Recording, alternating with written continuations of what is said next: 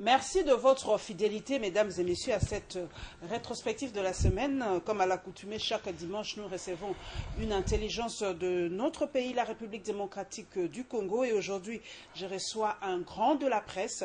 Il s'agit de Léon Nemalemba. Très heureuse de vous recevoir, monsieur Léon Nemalemba. Merci, Paulette.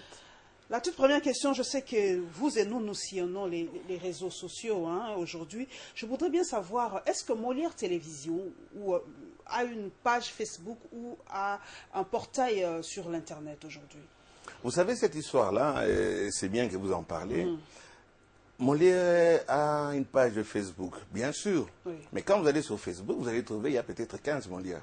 Maintenant, il s'agit de quel Molière exactement? C'est ça. Donc, il y a tellement de piratage. Comment spécifier ça maintenant? Comment savoir quel est le vrai Molière? Parce que vous pouvez avoir un problème, puisque récemment, je sais que vous avez eu des problèmes par rapport au Congo-Brazzaville. On vous a interpellé, entre guillemets, vous avez publié des résultats soi-disant. Ça venait de Kin Makambo. On sait que Kin Makambo, c'est le journal phare de Molière Télévision. Alors, comment savoir quel est le portail véridique de Madame, Molière Télévision? je suis tout à fait d'accord avec vous. Effectivement, il y a eu un incident, un grand incident, puisque même notre ministre m'a interpellé pour me dire que, bon, comment tu es en train de publier des résultats de Brazzaville. Bien sûr, je lui ai dit que ce n'était pas moi. J'ai été surpris quand même quelques temps après, voir M. Kassamba m'appeler aussi en disant « Ah ben oui, moi je suis en contact avec Brazzaville, etc. Il vous reproche, c'est vous ». Je dis, ben non, non seulement ce n'est pas moi, mais Brazzaville n'a pas à me dicter ce que je dois faire ou bien ce que je dois publier. Hein, d'autant plus que, comme je l'ai dit tantôt, ce n'était pas moi. Il y a un monsieur qui s'est fait appeler Kinshasa Makambo qui a publié ces résultats-là. Bon, ça n'engage que lui, ce n'était pas nous, mais encore une fois, M. Kassamba, je profite peut-être de notre président provincial de l'UNPC, n'avait pas à me faire il est très bien il est mal placé pour me faire ce genre de remarques ou bien me rappeler à l'ordre, puisque ça, ce n'est pas de sa compétence. Voilà d'où vient plus ou moins cet incident qui, bien sûr, a entraîné tout un tas... On en parlera d'ailleurs, ce sera le voilà, dernier chapitre de cet élément. Donc, ici, c'est difficile de savoir qui publie quoi, qui publie qui.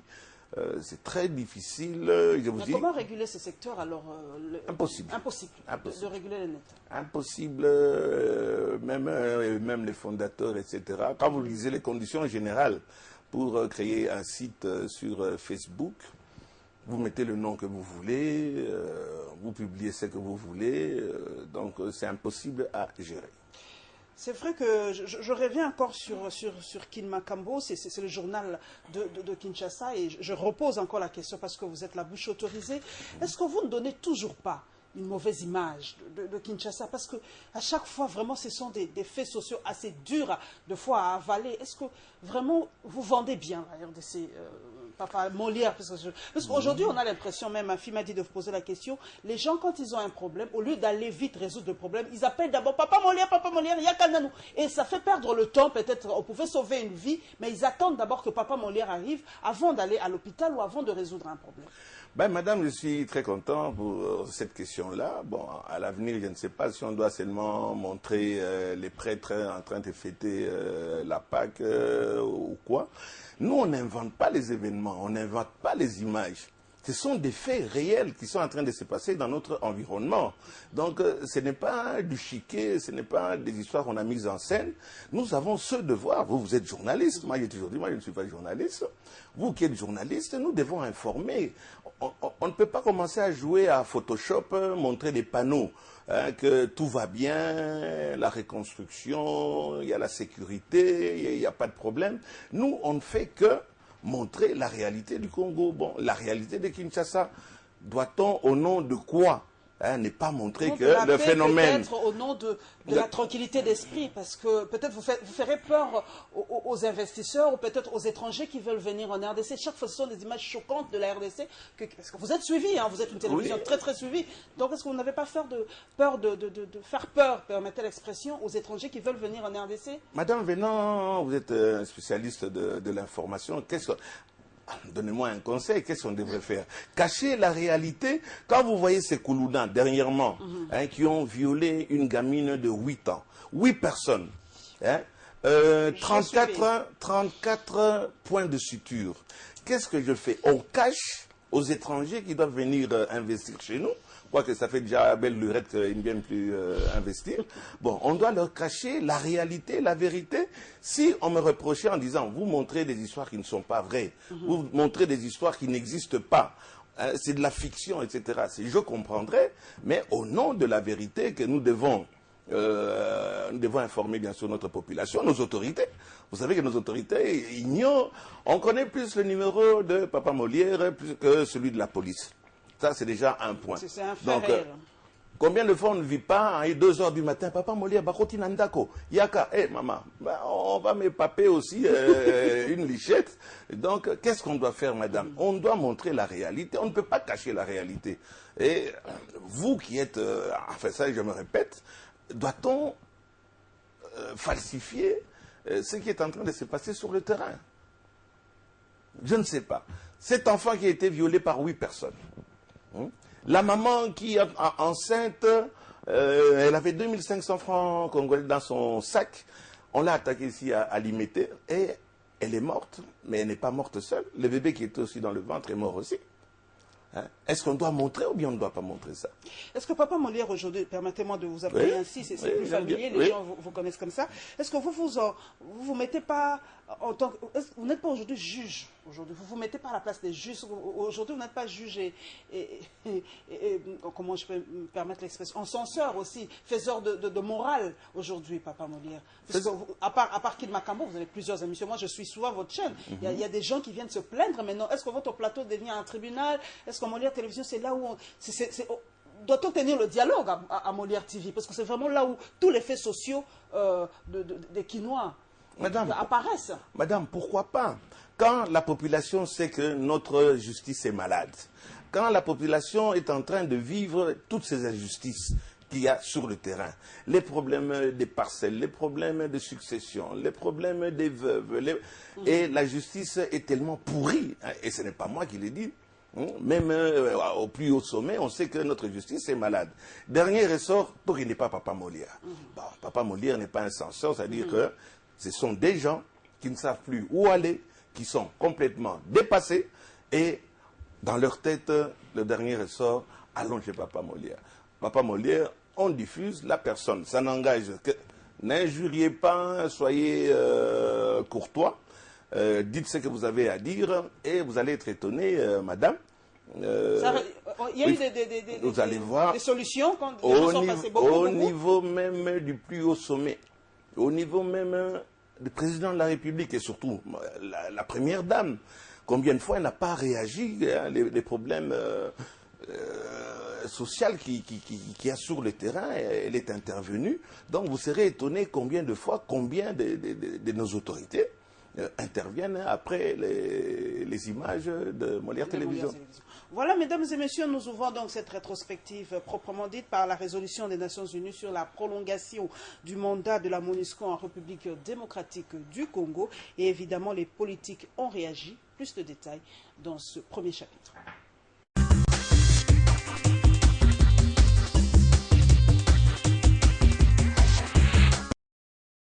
Pas de réduction des troupes de la MONUSCO en RDC. Le Conseil de sécurité a réservé une fin de non-recevoir à la requête des autorités congolaises quant à la révision à la baisse de la présence des casques bleus au pays. Bien au contraire, les 15 membres du Conseil de sécurité des Nations Unies ont décidé du maintien des troupes onusiennes avec son actuel effectif, ce pour une année de plus. Le Conseil de sécurité justifie cette décision par le risque d'instabilité encore présente en République démocratique du Congo. La résolution 2777 aborde également la situation politique au pays et le processus électoral. Ainsi, un appel est lancé à la CENI pour procéder à la publication d'un calendrier complet, revisé, couvrant la totalité du cycle électoral. Au gouvernement, le Conseil de sécurité des Nations Unies lui demande d'élaborer rapidement un budget ainsi qu'un code de bonne conduite pour les élections et l'actualisation des listes électorales en toute régularité afin que les élections puissent se tenir dans le temps. Le dialogue est vivement recommandé et ce doit être véritable pour que les élections présidentielles et législatives soient pacifiques, crédibles, conformes à la Constitution, insiste la dite résolution. S'agissant toujours du dialogue, le Conseil de sécurité des Nations Unies dit appuyer l'Union africaine d'engager les consultations sur ces assises, prie instamment toutes les parties à coopérer avec l'UA à cet effet. Au secrétaire général des Nations Unies de fournir un appui politique à ces efforts en usant de ses bons offices, ce conformément à cette résolution.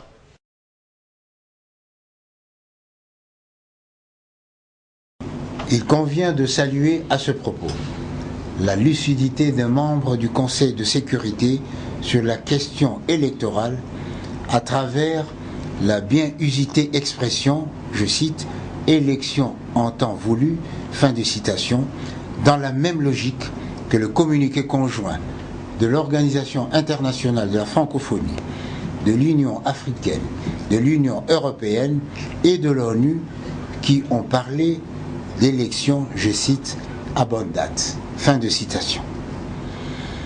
Ces prises de position confirment les difficultés objectives et réelles dans l'organisation d'élections dans notre pays. Elles confortent et légitiment le dialogue politique et inclusif convoqué par le chef de l'État comme cadre approprié pour débattre de la problématique du processus électoral. D'autre part, au sein du système des Nations Unies, le concept de résolution a connu une évolution sémantique qui l'a transformé en réalité en recommandation. De ce point de vue, les Nations Unies devraient donc tenir compte des avis techniques de la CENI et de l'issue du dialogue politique inclusif convoqué par le chef de l'État. Pour le G7, cela ne fait aucun doute, la prolongation du mandat de la MONUSCO est justifiée. Justifiée également la position du Conseil de sécurité des Nations Unies de parler des élections en temps voulu. La CENI comme institution, elle est en œuvre il y a de cela pratiquement 5 ans depuis la dernière élection qui a eu lieu en 2011. Les Nations Unies, en parlant des délais constitutionnels, des délais voulus, ils en ont des éléments. Le respect du délai constitutionnel doit aussi être l'objectif ultime d'un quelconque dialogue auquel peut prendre part le G7. Ce que nous, comme G7, avons refusé, c'est cet assemblage d'individus, de personnalités, pour se distraire mutuellement dans le but ultime de nous faire oublier mutuellement que nous avons une échéance. En attendant, c'est vers la présidentielle que ce regroupement politique semble avoir tourné son regard, même si son prétendant Moïse Katumbi fait déjà l'objet d'une controverse. Du côté du groupe de 7, l'on voit en lui un homme d'État accompli. Monsieur Moïse a travaillé dans ce pays comme homme d'État. Et il a quitté ses fonctions en démontrant à qui cherchait encore une preuve que c'est un véritable homme d'État. Il a démontré combien il est élevé spirituellement, élevé intellectuellement. Il se comporte comme un véritable homme d'État. Quant à ceux qui le considèrent comme un candidat de la majorité, le G7 leur répond qu'il est certes candidat de la majorité, mais celle du peuple.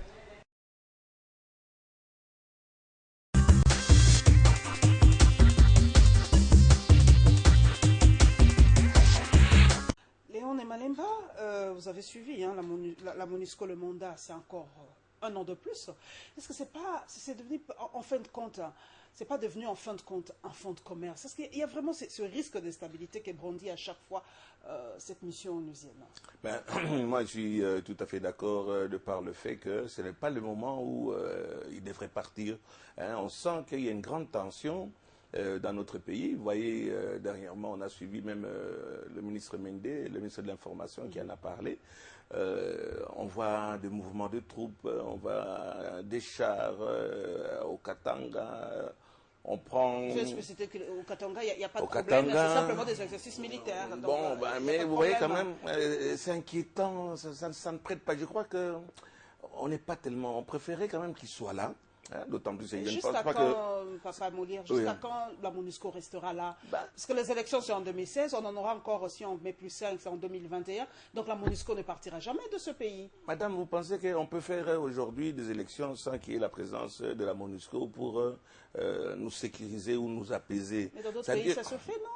Au Congo-Brazza, il n'y a pas une mission onusienne au Congo-Brazza, il y a eu élection, non? Vous avez vu Congo-Brazza, au Rwanda et ailleurs. Congo-Brazza, c'est une, comment est-ce qu'on dit, une province de Kinshasa, mais avec ce qui se passe, les enjeux sur le terrain, moi je pense que dire que la MONUSCO puisse partir maintenant, regardez dans le sud Kivu, hein, on ne parvient pas à maîtriser ce qui est en train de se passer sur le terrain. Je ne pense pas que ce soit une mauvaise idée qu'il reste encore. Vous avez maintenant les scandales qui ressortent par rapport aux soldats, aux casques bleus, les viols. En tout cas, c'est récurrent aussi pour les casques bleus. En Centrafrique, c'est d'ailleurs pire, c'est la zoophilie d'ailleurs. Et chez nous encore, il y a encore notre scandale. C'est chaque fois la même chose, les viols, les scandales sexuels pour... Ces soldats de la MONUSCO, c'est incroyable. Oui, pas seulement le viol, le trafic. Voilà, il y a bien beaucoup de choses. Beaucoup de choses qu'il y a à dire sur ces gens-là, mais je pense qu'ils partent tous en ce moment. Ça ne va pas. Quel est le rapport, Papa Molière? Quel est l'apport de la MONUSCO sur le terrain? Qu'est-ce qu'ils apportent? Parce que sur le terrain, j'ai suivi d'ailleurs un politique, Bitakwira, si je me trompe, qui a dit que c'est la population qui fera partir de la MONUSCO. La population ne sent pas le rôle ou l'apport de la MONUSCO réellement. Mais voilà, justement, je pense que c'est à nos autorités de voir dans les relations qu'on a avec la MONUSCO, déterminer ce qui doit être fait. Mais je pense que la communauté internationale, le fait de demander à ceux qui restent quand même ici, qui restent encore ici, il y a des raisons, peut-être vous et moi, on ne parvient pas à maîtriser, mais personnellement, ça n'engage que moi, je me sens plus à l'aise quand je vois, bon, ils se promènent peut-être, hein, mais moi ça me rassure de voir que ces gens-là sont sur le terrain, plutôt que, bon, de voir... Donc nous sommes incapables de nous gérer nous-mêmes. Oui, je le dis, on est incapable, on est incapable, il faut le reconnaître, on est incapable de gérer quoi que ce soit. Ça n'engage que moi, on est incapable. Moi, je pense que leur présence ne gêne pas la population, bien au contraire. Est-ce que Molière est déjà descendu au sud Kivu faire des reportages? On nous le reproche souvent, on a dit qu'on a toujours le son de cloche des Européens, France 24 descend facilement, Africa 24, RFI descend facilement faire des reportages au nord et sud Kivu. Est-ce que Molière Télévision envoie ces gens faire des reportages? Non, j'ai trop peur d'aller me faire saucissonner là-bas, madame. Mais l'instabilité, on parle ici de l'instabilité qu'il y a là-bas. Régulièrement, je suis en contact avec le gouverneur, par exemple, Paluku, qui m'envoie régulièrement. Ça, ce sont les sons officiels, donc oui. Vous savez comment c'est, les sons de cloche officiels, il faut descendre voir la population. Oui, mais quand même, le son de cloche aussi. Les images qu'ils nous envoient, etc., c'est horrible, les gens qu'on est en train de dépêcher et tout. Voilà pourquoi je suis en train de dire que nous sommes incapables de ramener cette paix. Ça fait déjà X temps que cette situation, on ne parvient pas à décanter cette situation. Alors on s'est dit, pourquoi pas, espérons peut-être qu'avec la MONUC, en dehors de la zoophilie, comme vous en avez parlé, trafic d'armes, de minerais, on ne sait pas. Moi, je pense que la balance est beaucoup plus positive. Hein. Oui. Bon, vous voyez, la plupart de nos dirigeants, beaucoup de gens ne sont pas contre. Hein, peut-être, c'est vrai, ils sont trop visibles à ne rien faire, mais le fait qu'ils soient là, quand même, ça rassure. Ça rassure. Ouais. Nous continuons, mesdames et messieurs, nous prenons le chapitre des élections, les élections en République démocratique du Congo. Notre rédaction y a réfléchi à haute voix et la société civile donne son point de vue par rapport à l'élection des gouverneurs qui a eu lieu incessamment.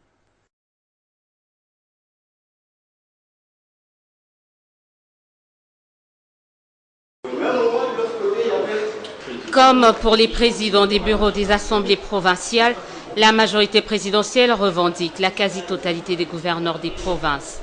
Au regard des résultats provisoires publiés par la centrale électorale, la famille politique du chef de l'État rafle la mise dans 4 des 19 nouvelles provinces, dont le Tanganyika, dont l'ex-Katanga, où le G7, Christian Mwando, n'a pas réussi à créer la surprise face à la MP Ngoïki Tangala.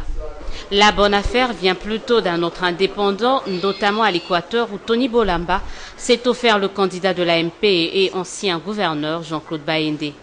Si à la majorité l'on jubile, À l'opposition, l'on qualifie ce scrutin de non-événement et l'on dit attendre plutôt la grande bataille électorale devant aboutir à l'alternance au pays, même si elle dénonce plutôt des élections monnayées à coups d'argent et des menaces à l'endroit de ses candidats. Du côté de la CENI, l'on se réjouit du déroulement de ces scrutins, mais l'on dénonce quelques dérapages constatés surtout lors de la campagne. À ce sujet, la centrale électorale compte saisir la justice.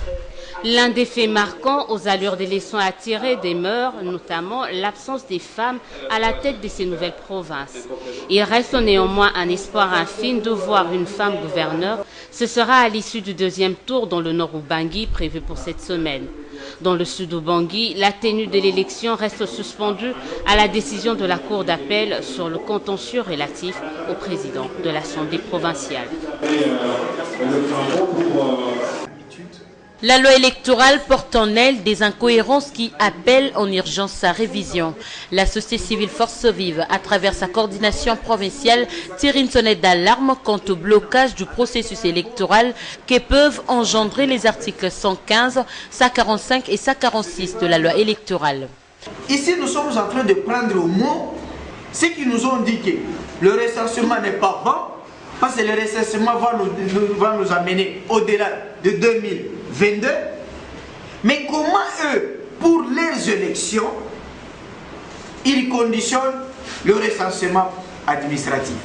Aujourd'hui, avec ces cadres légaux électoraux, même si le gouvernement donnait 1 milliard, même 2 milliards à la CENI, on allait être surpris que lorsque maintenant il faut faire les calculs des nombres de sièges, la CENI allait se biter au problème des nombres total d'habitants de la République démocratique du Congo. À défaut d'une démarche juridique à la Cour constitutionnelle, la SOSIKIN dit saisir le Parlement pour un déblocage législatif des dispositions pièges. Tout le débat, c'est donner les moyens à la CENI pour qu'on nous organise les élections. Que la CENI nous donne les calendriers. Mais les débats liés au cadre légal électoral, les gens se méfient.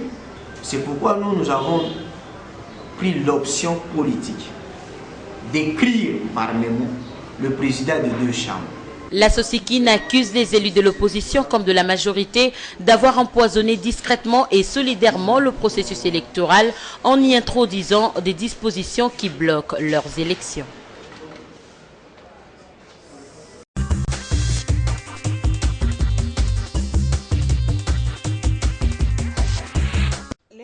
Est-ce que les élections des gouverneurs, pour vous, c'est un non-événement aussi?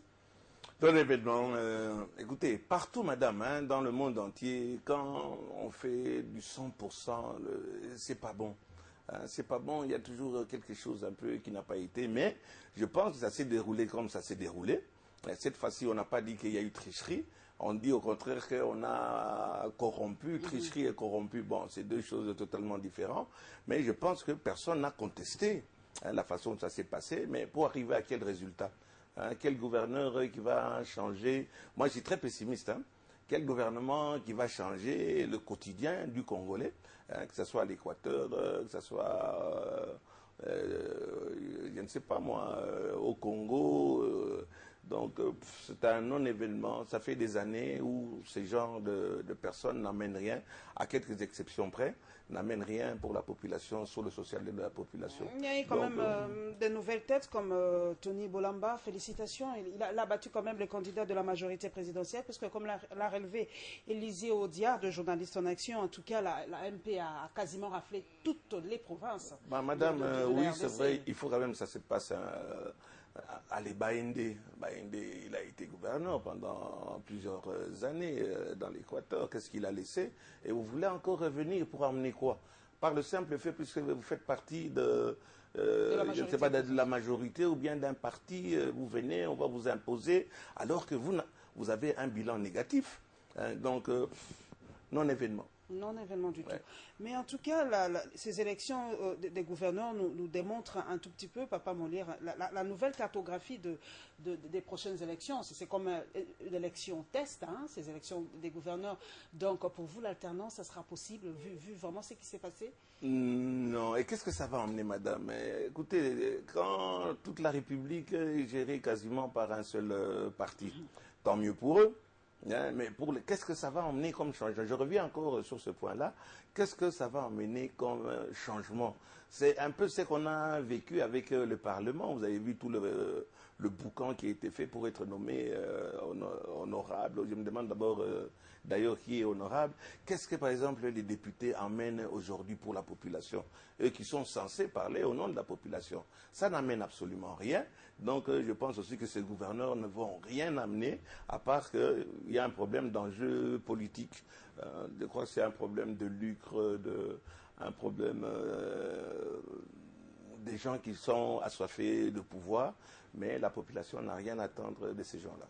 Mais pour vous, cette décentralisation, Léon et Malemba, vous êtes quand même une élite de mon pays, ça va quand même rapprocher les administrés des administrants.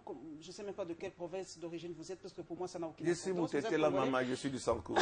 Okay. Est-ce que ce découpage-là, ça va apporter quand même quelque chose de bon par rapport...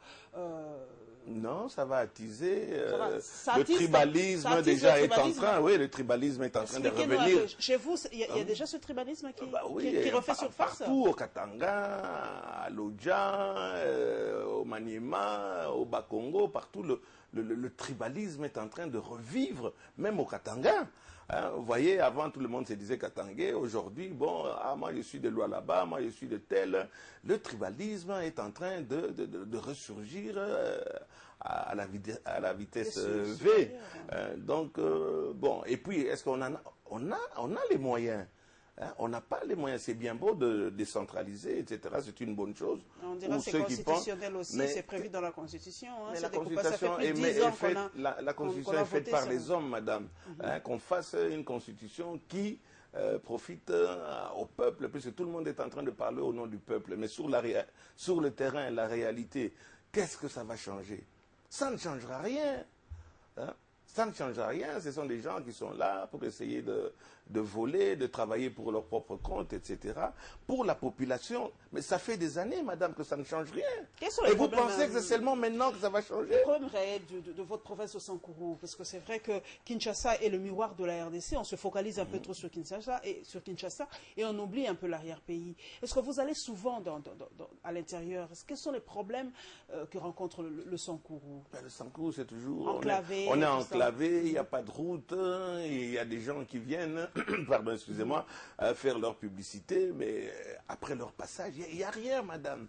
Il n'y a absolument rien. Ni électricité, ni route, ni... Si déjà Kinshasa, il n'y a pas de route, il n'y a plus de route, vous voyez ce qui est en train de se passer à Kinshasa, on n'est pas des aveugles.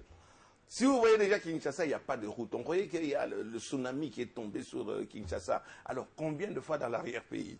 Vous savez, il y a encore des gens...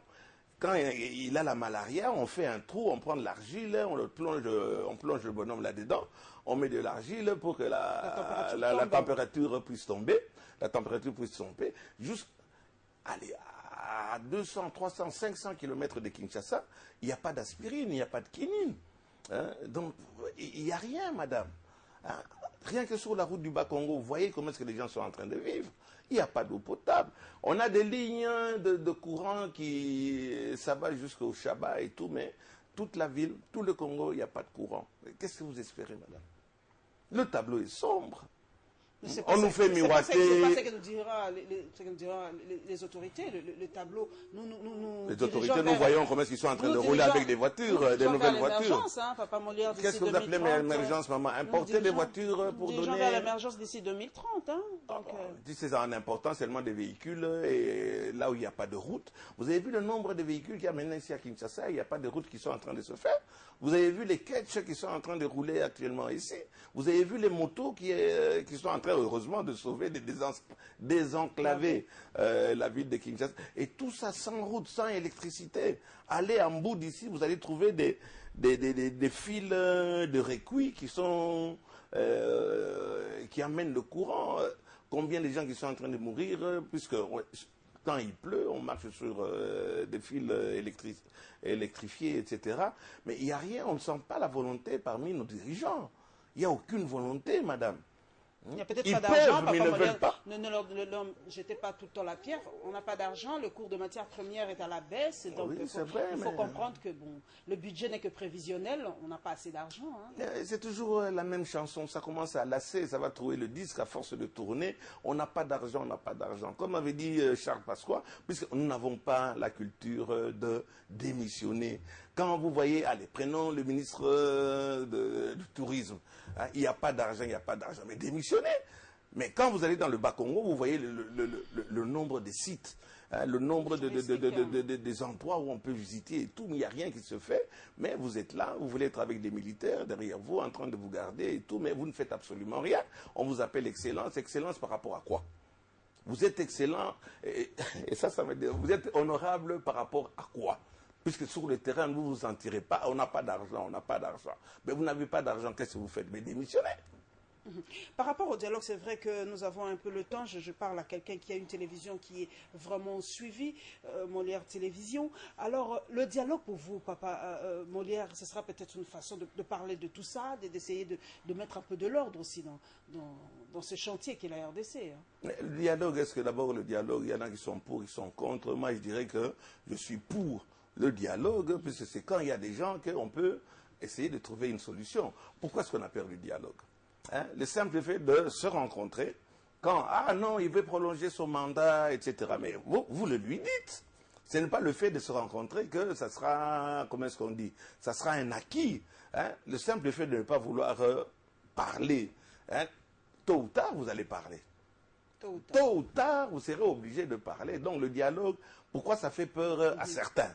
Pourquoi est-ce qu'on est en train de perdre le temps sur le dialogue? On est en train de perdre des personnes qui meurent à cause de ce dialogue, hein, avec tout le trouble que ça emmène. Ben, allez-y,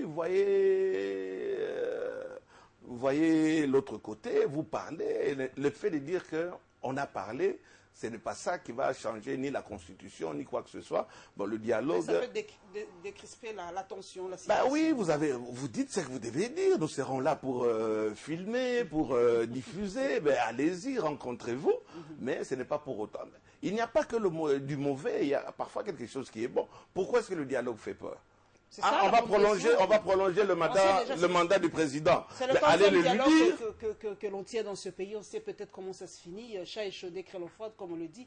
Ça, c'est le 50e dialogue, papa Molière. Madame, je pense que nos politiciens, ils disent ce qu'ils ont envie de dire. Il faut avouer ça.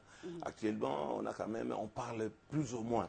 Hein, il y a des couacs plus ou moins librement. Allez le lui dire, monsieur le Président. Bon, votre temps est passé. Vous avez vu le G7 a essayé à un moment, on l'a radié de la majorité présidentielle. Hein, bon, quand on essaie de dire un autre son de cloche dans une plateforme. D'où ils viennent, le G7? De la majorité. Vous ne pouvez pas, hier vous étiez pour, aujourd'hui vous êtes contre. Et vous voulez faire donner des leçons ou bien nous promettre que ça va changer. Moi, madame, je ne fais pas de politique, j'aime bien faire le côté social. Quoi qu'on ne peut pas faire de social sans faire la politique. Mais surtout, ces gens-là ne vont pas... Toi, tu étais hier pro-dialogue, aujourd'hui tu es contre le dialogue, etc. Qu'est-ce que tu vas me dire, moi? Comment tu vas me convaincre? Sur quoi tu vas me convaincre? Donc tout ça, c'est de la politique pour un problème de positionnement, pour... se situer financièrement et tout, mais tous ces politiciens, il y en a marre. Et personnellement, c'est une question assez personnelle. Si, c'est vrai que quand on est de l'autre côté de la caméra, comme on dit, on critique facilement. Si aujourd'hui Léon Emalimba est ministre, si aujourd'hui Léon Emalimba est député, est-ce que vous croyez que vous allez apporter quelque chose de nouveau? Ce que j'apporte déjà maintenant, c'est plus qu'un député, madame. Puisque je permets à la population, je défends les cas, toutes ces histoires que souvent je suis en train de montrer, j'essaye de lutter contre l'injustice. Puisqu'il y a un grand problème dans notre pays, c'est l'injustice. On vend des enfants. Vous savez qu'on vend des enfants avec le quitus enfin, la bénédiction de certaines autorités qui sont là. L'adoption, l'adoption, on vend... J'ai parlé dernièrement de 2 enfants qui ont été, même pas achetés, qui ont été kidnappés, qui sont aujourd'hui aux États-Unis, avec la complicité de l'ambassade des États-Unis. Je dis bien des États-Unis. Vous avez vu que j'ai été interpellé, que ce soit par les services, enfin les affaires étrangères, pour me dire de quoi il s'agit. À tout moment, On essaie de leur dire ça. Hein.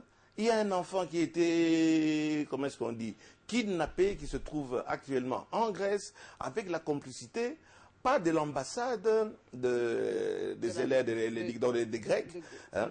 Donc avec la complicité de l'ambassadeur, qui a donné des faux documents à ce couple pour qu'ils puissent voler, kidnapper un enfant au vu et au su de nos autorités, au vu et au su de la DGM. Cet enfant, aujourd'hui, est en Grèce, mais on a essayé de frapper partout. Ils s'en foutent. Ils ont des problèmes de positionnement, de glissement, de tout ce qu'on veut, mais la population, on ne sent rien. C'est-à-dire que qu'il soit là ou qu'il ne soit pas là, que dalle. Voilà, le message est vraiment passé. J'espère que le vice-ministre chargé des Congolais et de l'étranger, Antoine Moyamba, en tout cas, organisera quelque chose pour qu'on aille voir un peu ces enfants adoptés, parce que ça pose problème. On ne sait pas où ils sont, est-ce qu'ils sont réellement adoptés. M. Moyamba, je le vois plutôt plus dans des salons UP de l'Inter et consorts, mais est-ce qu'ils touchent vraiment le problème, la réalité? Ce sont des Congolais qui vivent à l'étranger, même s'ils ont changé de nationalité, mais j'espère que le message est passé. Peut-être que d'ici là, en tout cas, on doit aller voir comment vivent ces enfants, en tout cas adoptés, hein, officiellement en République démocratique. Oui, mais madame, excusez-moi, dernièrement, le ministre de la Justice, lors d'une conférence de presse, on était là, il a avoué, il a reconnu qu'on est en train de vendre des enfants où il y a un trafic des reins, hein, un trafic d'organes, pardon, qui est en train de se faire. Il a dit qu'il est au courant. D'organes, plus d'enfants, d'organes des enfants qu'on envoie là-bas. Oulala. Il est au courant de ça, il va prendre les dispositions, bon, d'accord. Il est au courant que ces enfants-là sont, on les met dans des réseaux de pédophiles. Hein, il est au courant. Et vous prenez encore 68 enfants et vous les envoyez malgré que vous êtes au courant de ce qui se passe. Ben, c'est malheureux. Alors vous dites, on va voir les autorités. Quelle autorité? Puis ces autorités, non seulement elles sont au courant, elles en parlent, mais elles ne font rien. Ils sont en train de manger des petits amuse-figures, comme disait le maréchal, dans des salons UP, mais ils ne font absolument rien. Voilà, mesdames et messieurs, nous continuons. Donc c'est un sujet assez émotionnel, hein, parce que la vente des organes, c'est quand même assez émotionnel. Et Paulette, ici, je voudrais bien, je précise bien, ça, ce n'est pas M. Nembalemba qui parle de ça, je parle du ministre de la Justice. Ok. C'est quand même assez émotionnel. On est quand même des êtres vivants. Comprenez mon émotion aussi quand on parle des organes. Je suis mère, donc ça choque un peu. Donc, j'essaie de reprendre mon calme. Donc, nous continuons le dossier toujours de la CENI et des élections. La diaspora aussi s'insurge contre l'annulation du vote des étrangers.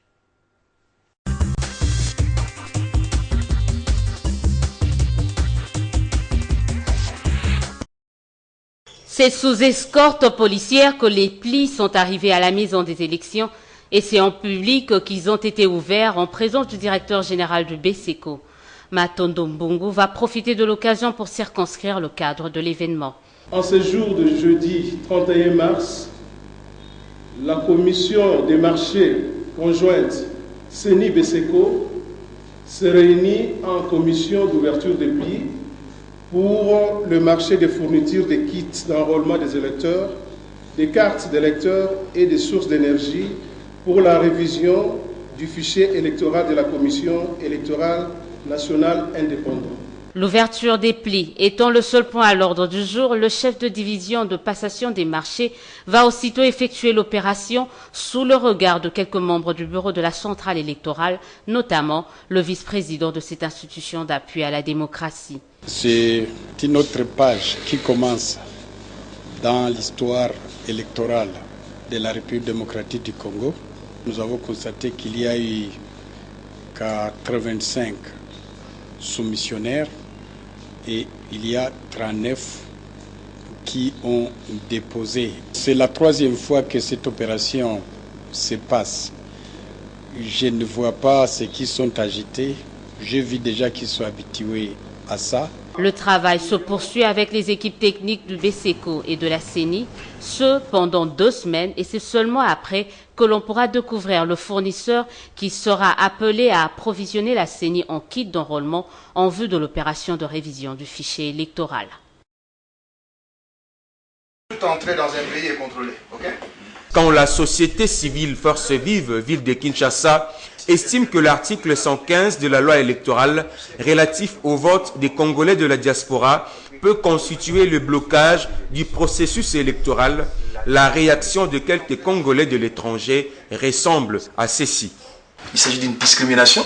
Il faut déjà comprendre ce que c'est la diaspora. D'après nos informations, 7 millions environ de Congolais qui sont à l'extérieur. Donc 10%, c'est un poids. Et qui 10%, ces gens-là ont droit au respect. Le vote, c'est un droit et c'est un devoir. Civique en plus. Et si nous allons recourir à la Constitution nous parle de l'égalité des Congolais. Donc, parler des problématiques sur la participation de la diaspora, à quelque part, c'est une violation de la Constitution. Une autre réaction, c'est celle du président de la diaspora congolaise fédérée. Serge Ouello démontre combien la participation des Congolais de l'étranger est moins contraignante. Le gouvernement avait présenté le projet de loi électorale et aujourd'hui les Congolais de l'étranger vont voter. Et certains politiques avancent un alibi comme quoi cette procédure ou ce processus va prendre beaucoup d'état. Ça peut même aller au-delà du délai constitutionnel pour l'élection présidentielle. J'ai mené la délégation des Congolais de l'étranger cette année auprès du bureau de la CENI. Le président Corneille Nangaa nous a confirmé que déployer l'équipe et identifier le Congolais de l'étranger est plus facile même que identifier le Congolais de l'étranger dans d'autres coins de la République. Plutôt que de réviser la loi électorale en son article 115, ces Congolais de la diaspora invitent le Parlement à voter d'urgence la loi pour l'identification et enrôlement des Congolais de l'étranger afin de permettre à la CENI de passer vite à l'action. C'est vrai, il peut y avoir une...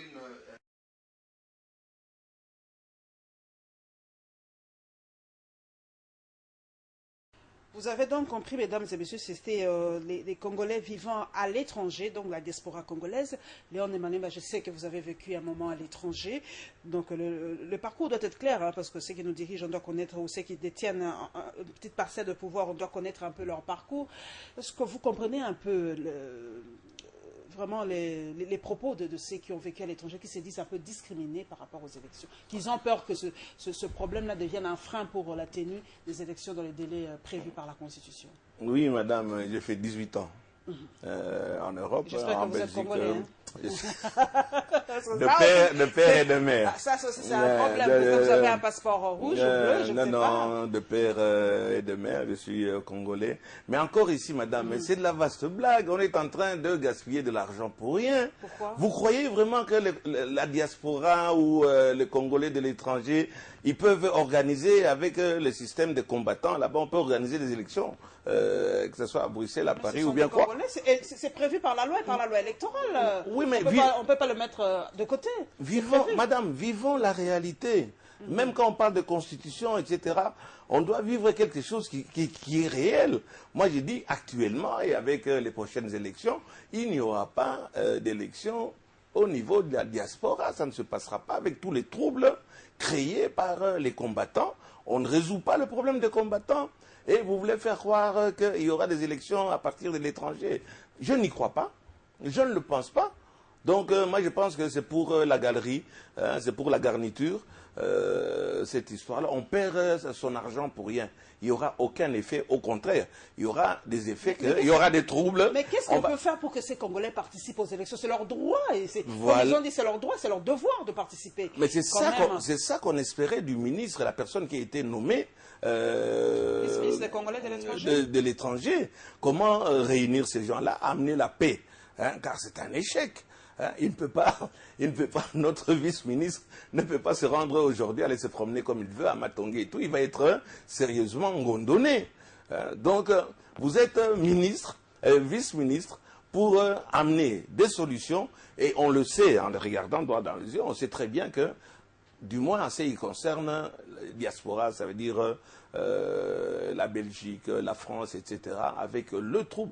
Vous avez vu comment est-ce qu'on a tabassé dernièrement un pasteur qui est allé juste... Wallo, je crois. Wallo, qui ne bégayait pas, il a commencé à bégayer tellement que on l'a gondonné. Hein, on l'a fait sortir par la petite porte. Et vous croyez que avec ce qui est en train d'exister actuellement, en France, en Belgique, il y a des élections qui pourront se passer dans ces pays-là, et ceci avec la complicité des autorités belges et françaises. Hein, c'est un pays, quand vous allez là-bas, madame, vous êtes dans une totale insécurité. On ne sait pas. Vous ne savez pas qui va vous frapper. Hein, vous ne savez pas. Et c'est permis. Apparemment, c'est permis sans qu'il n'y ait des protestations, sans qu'il n'y ait des plaintes vis-à-vis de ces gens qui sont en train de frapper. Donc, et vous croyez que dans ce... votre rapport, quand vous vivez, papa Léon Maniba, quand vous viviez en Europe, il n'y avait pas ce phénomène. Malgré Mobutu qui était un dictateur. Alors pourquoi, sous Kabila qui est un démocrate, qui permet, on a certaines libertés, pourquoi ce phénomène combattant prend de l'ampleur et pourtant, sous Mobutu, on n'avait pas ce phénomène? Oui, mais je ne savais pas qu'aujourd'hui, il y a des gens qui pouvaient regretter le maréchal Mobutu. Ça ne se passait pas comme ça, madame. Effectivement, vous frappez quelqu'un, vous tapez quelqu'un, vous gondonnez quelqu'un, la police est là, la police vous attrape, la police vous expulse. Hein? Donc ici, vous allez au vu et au su, on montre sur Internet comment on a tapé tel, comment on a retapé tel, comment on a enlevé des dents à un sénateur, etc., puisqu'on ne l'aime pas. Bon, bon, il y a une justice quand même. Nous pensions, hein, du moins à l'époque, il y avait une justice, que ces genres de personnes seront poursuivies. Mais ils se vantent, ils gonflent encore des biceps par après, en disant, oui, ben, on a tapé telle personne, on a tabassé telle personne. Et vous croyez que dans ces conditions-là, actuelles, il y aura des élections d'ici la fin de l'année à l'extérieur de notre pays? Non, ça c'est pour justifier la sortie de fonds et tout, pour faire plaisir à certains partis pour nommer leurs ministres. Mais il n'y aura pas, madame. Je peux vous garantir qu'il n'y aura pas. Mais la diaspora, ce n'est pas seulement la France, la Belgique et États-Unis, partout on tape. Mais on peut organiser...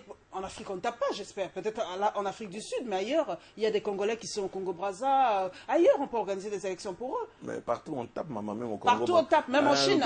Congo-Brazza, on tape, on gondonne, hein, du verbe ngondonner, ngondo. Hein, partout, on tape, mais au Yaba belge, madame, ça devient un autre problème. Hein, des Français, les États-Unis, la Hollande, l'Angleterre. Vous avez vu quand JB a voulu chanter, il y a des cas qui sont venus d'Angleterre pour empêcher à ce que ce monsieur puisse chanter. Hein, puisque je ne sais pas, son visage ne faisait pas plaisir, mais je doute très fort, je ne suis pas devin, je doute très fort qu'il y aura des élections qui seront organisées dans tous ces pays-là. Mais comment faire, projetons, nous sommes des intellectuels, mais comment faire pour diminuer ce phénomène? Non, non, ce sont des gens, c'est dans la tête, ils sont obtus, je ne pense pas qu'il y ait de solution. Par rapport à la CENI, vous avez vu, le marché a été clair, hein, ils ont passé un marché, vraiment, appel d'offres et tout ça, vous avez vu, Élisée Odia l'a si bien décrit, donc c'est clair, la CENI n'a pas trompé, le BSECO était là, donc les élections, on peut être apaisé un tout petit peu. Par rapport à ça, à ce marché. D'ici là, les élections auront bel et bien lieu. Je ne suis pas très politique, madame, mais bon, quand on achète des kits d'élection petit à petit, bientôt ce sera la pluie qui est tombée ou bien des intempéries, mais bon, ça ne fait pas trop sérieux, ça ne rassure pas. Ça ne rassure pas. Non, ça ne rassure pas. On chuchote toujours. Quand on entend les montants hein, qui sont débloqués et tout, bon, pour faire des élections, il faut aussi des routes, madame. Actuellement, nous n'avons pas de route. Kinshasa n'a pas de route. Okay. Kinshasa n'a pas de route.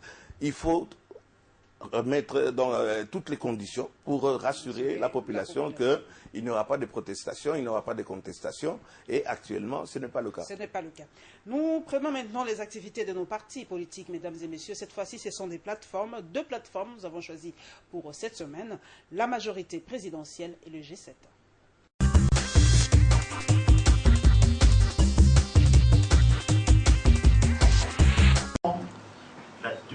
Au lendemain de l'organisation de l'élection des gouverneurs de nouvelles provinces, quoi de plus normal pour le porte-parole de la majorité présidentielle de réserver ce premier jour du mois d'avril à ce scrutin.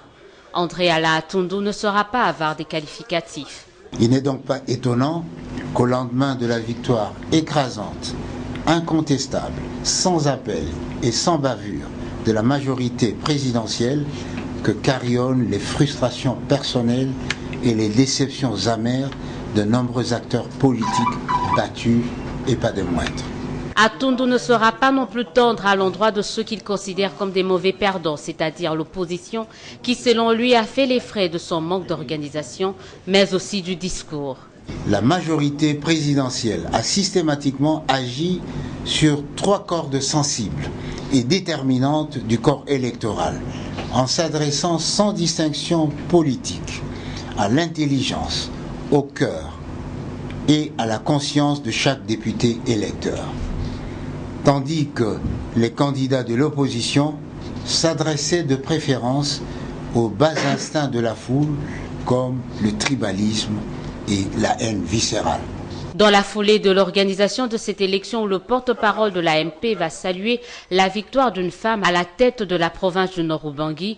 André Atundu va évoquer sans nommément citer la demande de Moïse Katumbi à la présidentielle par leurs anciens alliés, devenus aujourd'hui G7.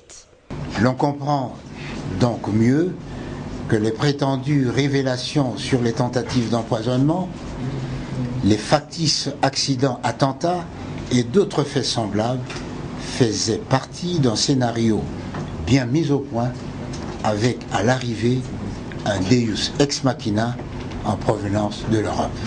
Quant au dialogue, son opportunité demeure, soutient le porte-parole de la famille présidentielle, André Alain Atundu.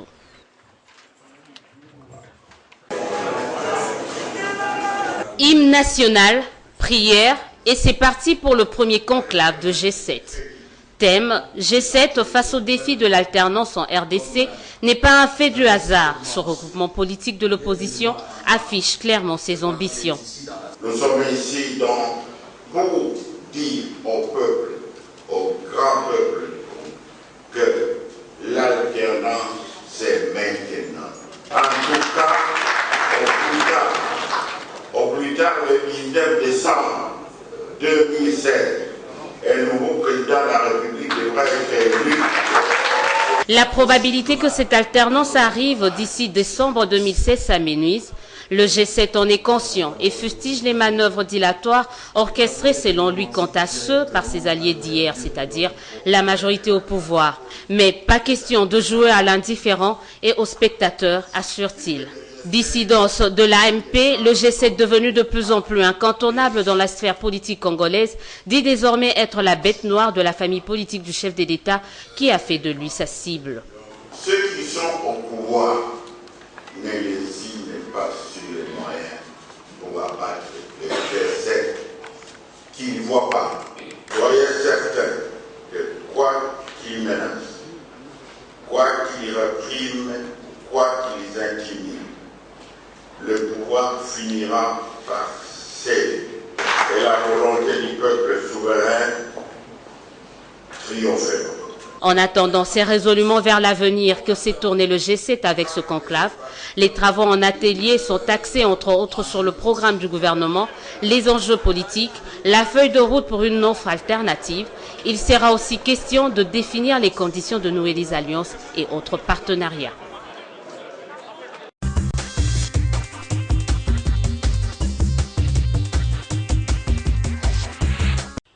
Léon Lemba, cette guerre entre la majorité présidentielle et le G7 aujourd'hui, quelle lecture faites-vous de ça?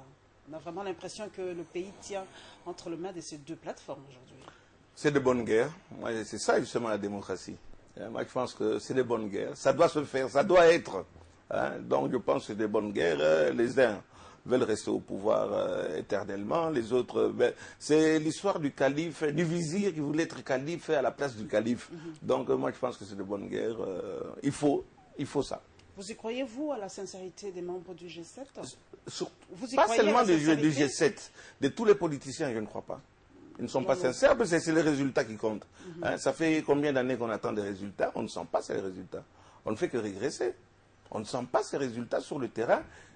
Je dis bien au niveau social. Surtout social. Surtout social. Il y a bien occupé du social. Il n'y a rien sur le haut plan. Le cadre macroéconomique est stable, malgré la croissance à 2 chiffres qui approche presque les 2 chiffres. Le côté social n'a toujours pas été... Madame, moi je pense que ce sont des mots quand un politicien n'a rien à dire, étant donné la situation macroéconomique, on fait sortir de gros mots, etc., qui ne veulent rien dire, c'est-à-dire sur le terrain. Allez poser le macroéconomique à la maman qui vend du pain. Qu'est-ce qu'elle pense du macroéconomique? Nous n'allons pas terminer sans parler de Moïse Katumbi. Comme vous le savez, il a été proposé par le G7 comme candidat à la présidentielle. Vous croyez que Moïse Katumbi, ce sera vraiment le challenger vraiment idéal face au potentiel candidat de la majorité présidentielle pour 2016? Il a des chances d'être le futur président de la République démocratique du Congo? Écoutez, tant qu'on va dans des élections qui seront... que ça ne sera pas du chiquet, hein, pourquoi pas chacun a, comment on dit, le devoir, si pas le devoir, l'ambition de venir et prétendre qu'il peut changer quelque chose, mais pourquoi pas? On a vu ce que Moïse Katumbi a fait quand même dans les Katanga. Bon, est-ce que le Katanga n'est pas le Congo? Est-ce qu'il saura le faire sur tout le Congo? Ça, c'est le hic, mais je pense que... La République démocratique du Congo n'est pas le tout-puissant Mazembe non plus, donc bon, on lui rétorque que ça aussi. Madame, il faut reconnaître quand quelqu'un a fait quelque chose. Le tout-puissant Mazembe, vous avez vu où on est aujourd'hui, à la grande satisfaction de tous les Congolais. 17e club mondial. Voilà, de tous les Congolais, à notre grande satisfaction. Monsieur Katumbi, pourra-t-il faire ça sur l'ensemble du pays? Mais en tout cas, au Katanga, il a réussi. Il a réussi. Il a réussi. Nous allons terminer par nous-mêmes, nous de la presse, mesdames et messieurs. Nous allons clôturer cette rétrospective par l'atelier du journalisme sur le processus électoral et les dépôts de la plainte de certains journalistes membres de l'UNPC à l'encontre de M. Jean-Marie Kassamba, président provincial de l'UNPC Kinshasa.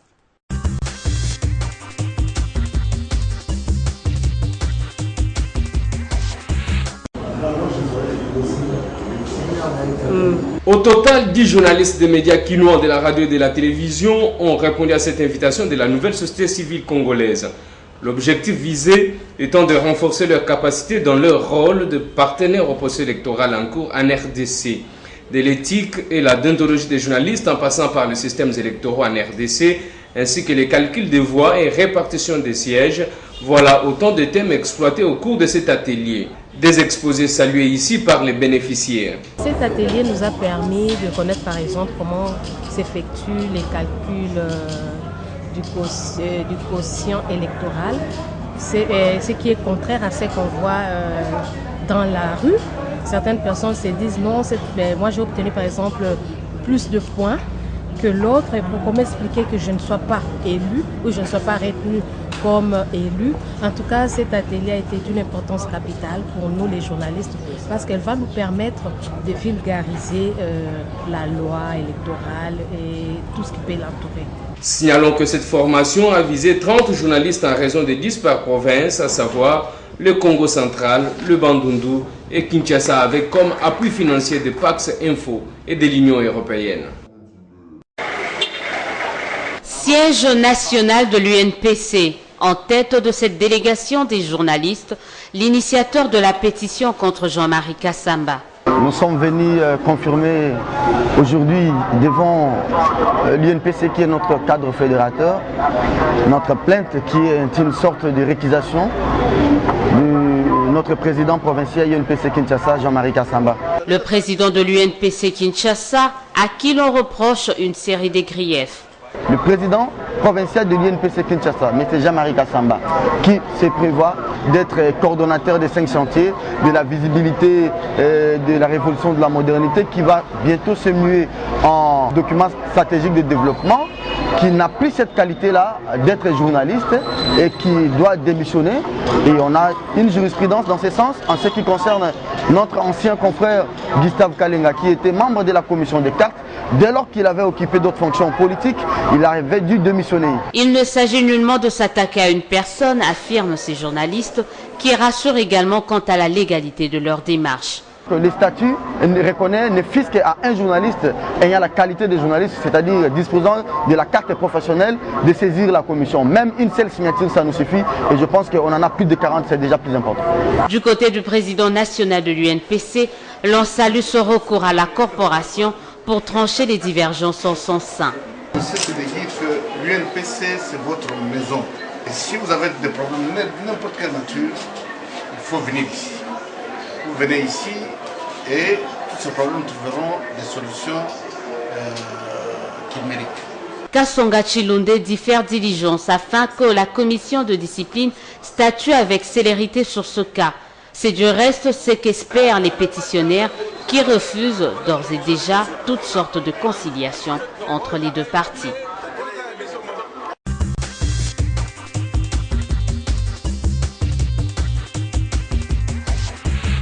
René Malemba, nous sommes en 2016, l'année électorale. Pour vous, quel est le rôle du journaliste?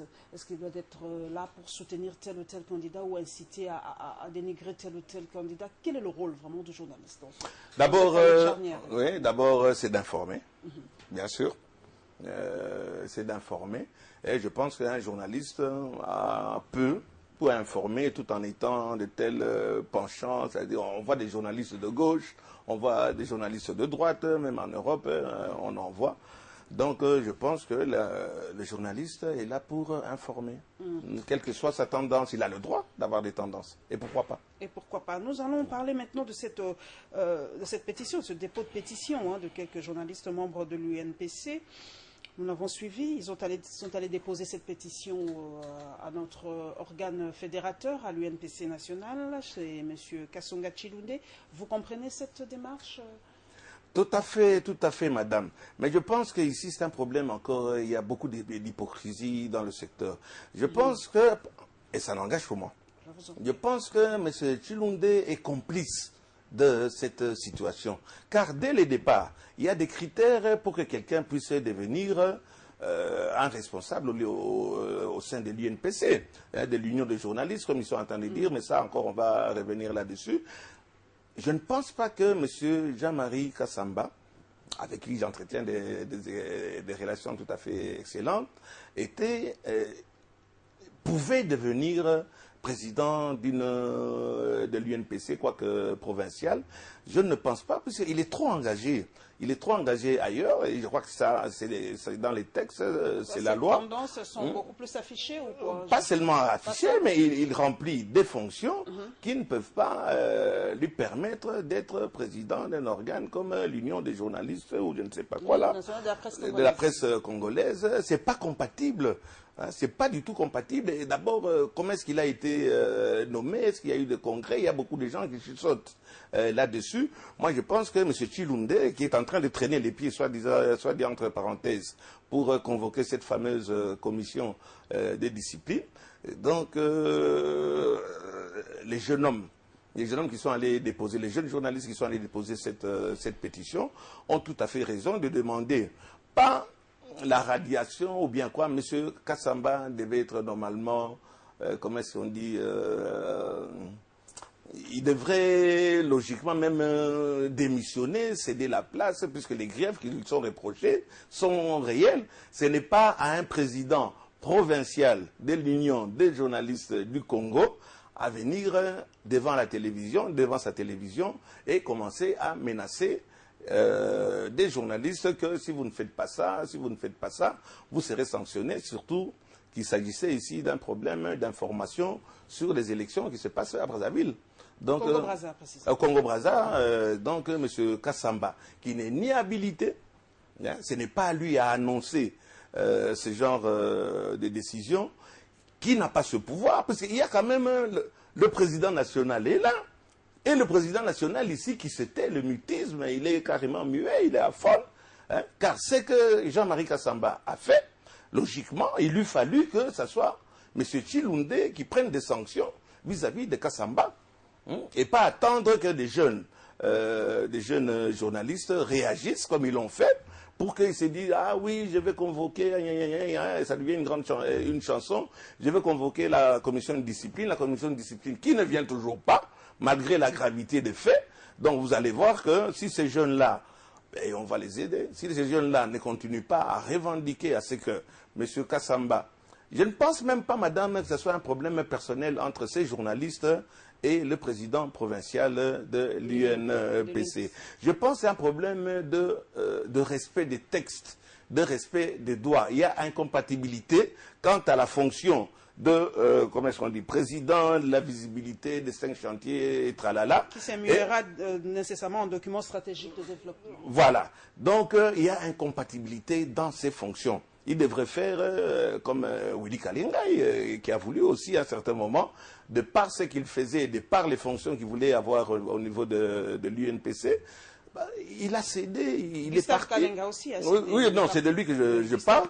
Donc il a carrément, il est parti, comment est-ce qu'on dit, calmement, il a quitté. Il y a un fair play. Je pense que Jean-Marie Kassamba, qui nous suit, cher ami, dépose ta démission. Il y a tellement de choses à faire au niveau de la visibilité, etc., des 5 chantiers, que ta place au niveau de l'UNPC, ça ne se justifie pas. Le problème en RDC, c'est aussi les prérogatives. Où s'arrêtent les prérogatives des uns, des autres, les prérogatives de l'UNPC provincial, les prérogatives de l'UNPC national, le CESAC, l'OMEC, on s'y perd un peu. Même nous, les journalistes de fois, on s'y perd. Hein. Nous, les médias, on s'y perd. Mais quel est le rôle du CESAC, par exemple, par rapport à cette affaire? Ils sont tous à faune, le CESAC, l'OMEC et tout ça. Personne ne dit mot par rapport à ça. Mais parlons d'abord de l'UNPC, madame. Il faudrait bien ici que les gens qui sont en train de suivre puissent se comprendre. L'UNPC, c'est ça. L'UNPC, c'est une ASBL, association sans but lucratif, ou quelqu'un... Un syndicat de journalistes à peu près. Même pas, hein, ils ont le statut d'ASBL, on y adhère quand on veut, on quitte quand on veut. Ils ne représentent pas toute la presse du Congo, contrairement à ce qu'ils essayent de faire croire.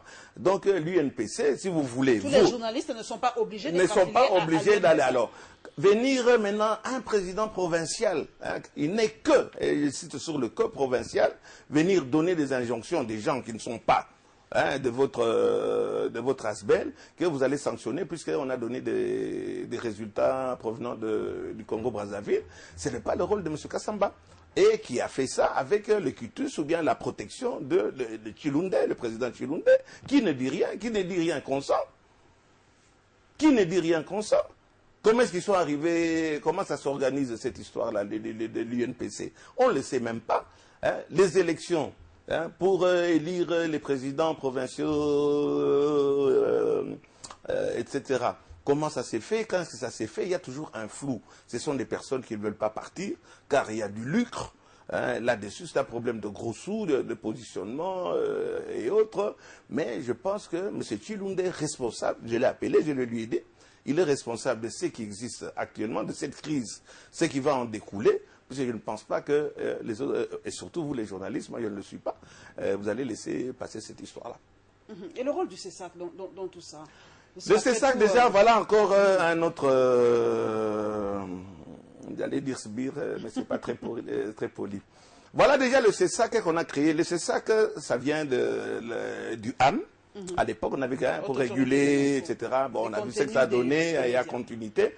Mais le CESAC, déjà, a été, comment est-ce qu'on dit, nommé par ordonnance présidentielle pour 4 ans. Aujourd'hui, ils ont fait 6 ans.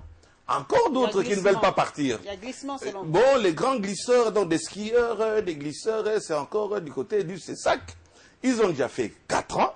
Vous devez partir, vous devez organiser des élections. J'ai causé avec un responsable du CESAC qui me dit, ah oui, d'accord, mais vous voyez, on nous a nommé, c'est 4 ans renouvelables, mais on n'a pas encore convoqué, je ne sais pas, du côté de la présidence. Bon. Bref, ayez le courage, vous venez apprendre aux autres, soi-disant, la démocratie, les textes, etc. Mais par exemple, le CESAC est déjà oui, programmé, ils ont fait leurs 4 ans, on doit organiser, ils ne veulent pas.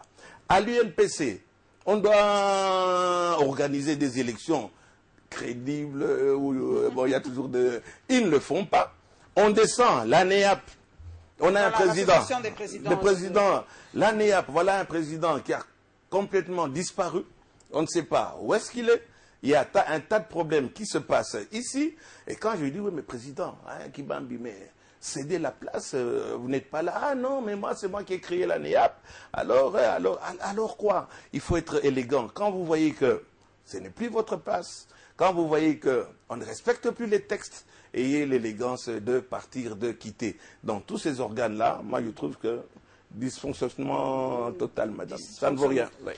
Voilà, merci donc à Papa Molière, comme on l'appelle si affectueusement, d'être passé à la barre. L'expression est consacrée. Merci à vous tous, mes followers sur les réseaux sociaux. Merci pour vos suggestions et remarques. Merci donc à toute l'équipe technique qui a permis à ce que cette émission soit bien visualisée chez vous. Et merci encore une fois à vous, mesdames et messieurs, pour votre fidélité à cette émission. Je l'ai dit souvent, nous existons grâce à vous parce que avec la multitude de chaînes que nous avons étrangères, avec tous ces bouquets que nous avons, mais votre fidélité nous tient à cœur. Mais madame, une petite question aussi à mon tour. Oui. Pourquoi est-ce qu'on vous appelle la lionne? Ok, c'était un petit mot. C'est la lionne par rapport à mes enfants, parce que quand vous touchez à mes enfants, je sors mes griffes. Okay, donc c'est un peu par rapport à ça. Donc merci, parce que nous sommes amis sur Facebook, donc vous comprenez. Donc merci à vous, mesdames et messieurs, et nous nous retrouverons avec le même plaisir, sinon pas plus, le dimanche prochain, Inch'Allah.